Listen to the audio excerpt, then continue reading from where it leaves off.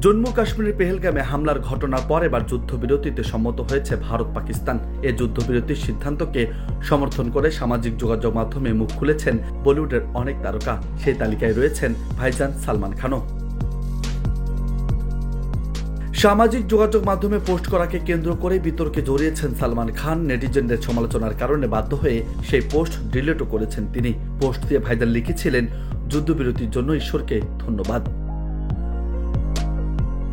তার এক্স হ্যান্ডেলে করা পোস্ট দ্রুত ভাইরাল হয়ে যায়। তারপর থেকে ধেয়ে আসতে শুরু করে কটাক্ষের বন্যা। নেটিজেনরা প্রশ্ন করতে শুরু করেন, পাকিস্তানের বিরুদ্ধে অপারেশন সিন্দুরের সময় চুপ ছিলেন কেন?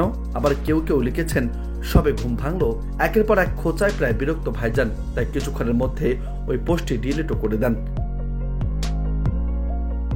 কাশ্মীরের ভারত শাসিত অঞ্চলে 1979 সাল থেকে ভারতীয় শাসনের বিরুদ্ধে বিদ্রোহ চলছে। বহু কাশ্মীরি মুসলিম বিদ্রোহীদের সমর্থন করেন এবং তারা চায় অঞ্চলটি হয় পাকিস্তানের দিকে যাক অথবা স্বাধীন রাষ্ট্র হিসেবে আত্মপ্রকাশ করুক।